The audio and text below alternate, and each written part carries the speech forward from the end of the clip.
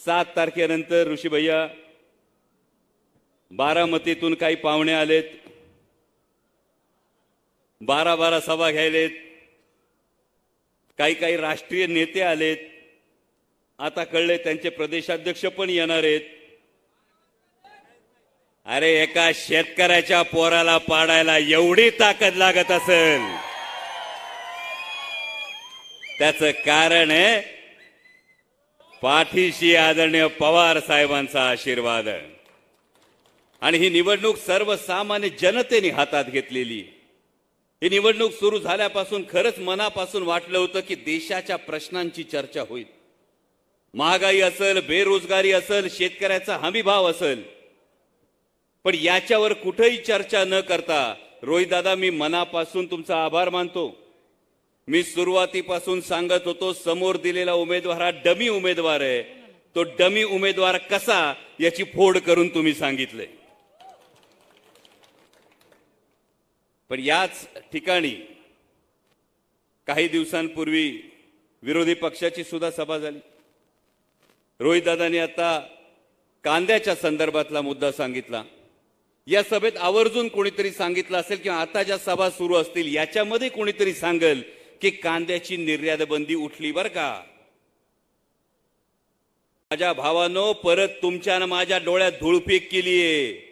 एका टनामागे $550 आणि त्याच्यावर 40% निर्यात शुल्क, म्हणजे आपला कांदा जागतिक बाजारपेठेत कितीला जायला माहिती का?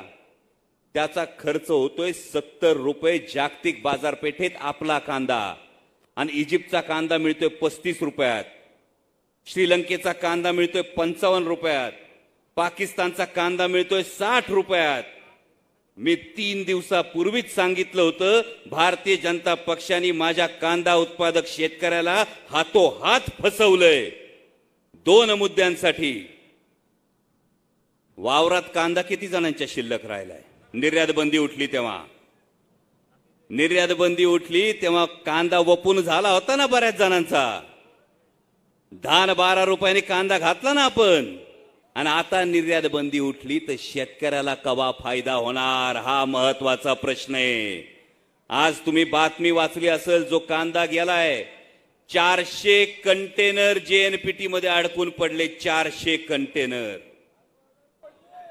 त्यासाठीच बाजार पडले। त्यामुळे आता जेव्हा महायुतीचे उमेदवार येतील तेव्हा त्यांना विचारा का आमच्या कांदा उत्पादक शेतकऱ्याच्या ताटात माती कालवली आणि आता आम्हाला खोटी आशा दाखवून परत आमच्या तोंडाला पानं पुसली।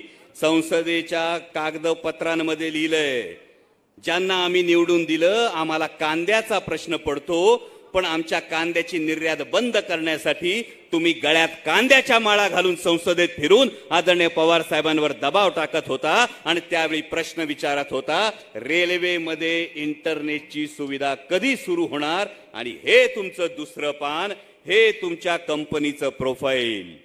जाऊन बघा डायनालॉगच्या वेबसाईटवर, डावीकडचा टॅब दाबा, त्याच्या खाली सगळ्या गोष्टी येतील। मी फक्त डिफेन्सचा टॅब सांगितला तर काल कशी पाणबुडी गडगडली उरुळी कांचन मध्ये। आता दुसरा मुद्दा आहे रेल्वेचा। या रेल्वेमध्ये लिहिलंय passenger wifi, onboard wifi AP that supports secure client access and data rates up to 300 Mbps। म्हणजे तुमची कंपनी जी सर्व्हिस प्रोव्हाइड करते त्याचा प्रश्न तुम्ही विचारता। अरे तुम्ही विचारलं होतं नटसम्राट हवा की कार्यसम्राट हवा? तुम्ही विचारलं होतं नेता हवा की अभिनेता हवा? पण हे पुरावे सांगतात